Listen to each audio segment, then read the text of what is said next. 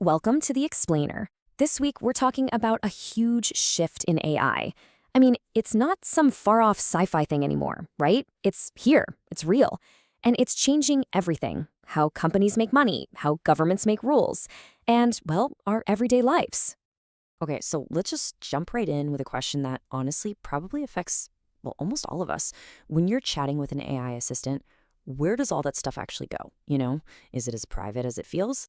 Well, guess what? We just got a very clear answer from one of the biggest names out there. Just this week, Meta came out and said, yep, we're going to start using your chats with our AI to tailor the ads and stuff you see, all across their platforms. And look at how fast this is happening. The notifications, they're already going out. The whole system goes live December 16th. And here's the kicker. There's no opt-out button. The bottom line is, if you use their AI, your chats are now part of their ad machine, period. And this is what has privacy folks really worried. Think about it. When you're chatting with an AI, it feels private, right? It's easy to share things you'd never put in a public post. And now, that very natural human thing we do, it's being turned directly into ad dollars. So you've got companies sprinting to turn these chats into cash.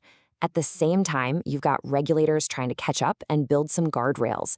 And right now in the US, California is really stepping up to lead the charge. This new law in California is zeroing in on something called frontier models. So what are those?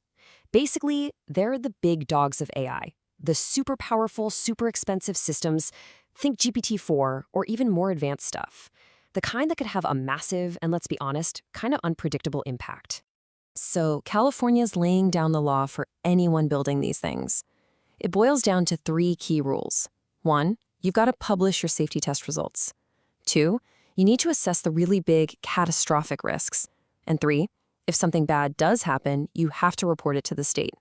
It's a huge push for transparency, really the first of its kind. Okay, but here's the thing.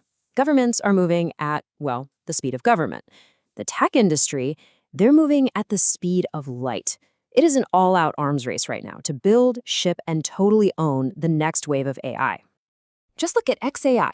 They just dropped their Grok 4 model, and the specs are pretty wild.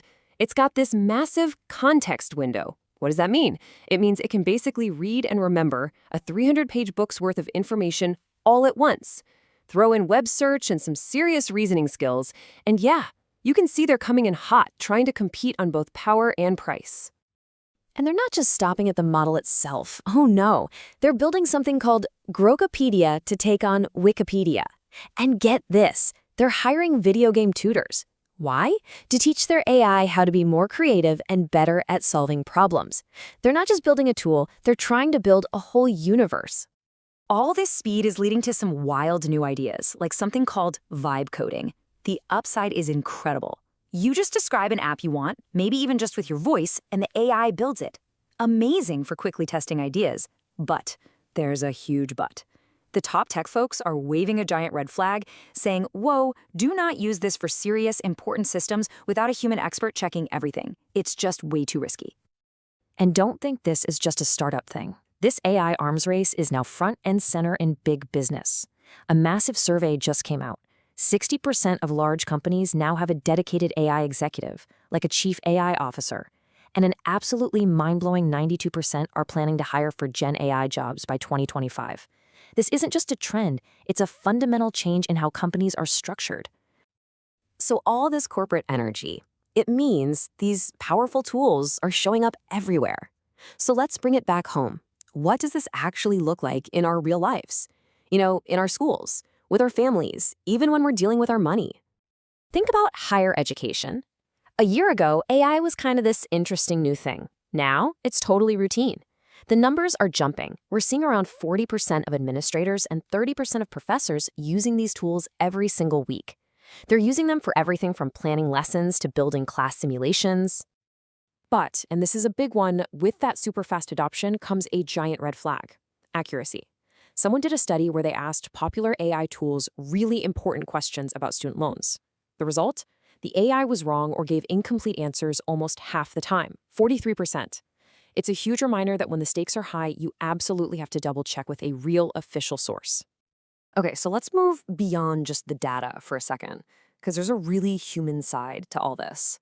We're seeing that kids are forming actual emotional attachments to AI companions, and experts are starting to worry about something they call illusory empathy. That's when you feel like you're being cared for by an AI, but the machine can't actually feel anything back. It really makes you wonder, how do we build these things so that they're actually healthy for us to use? And so, that's where we are.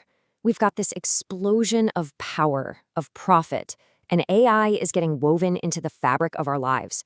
The race to make it faster and smarter is only getting more intense, which leaves us with the biggest question of all. As AI gets faster and smarter, who is responsible for making it wiser? That's the real challenge for every single one of us.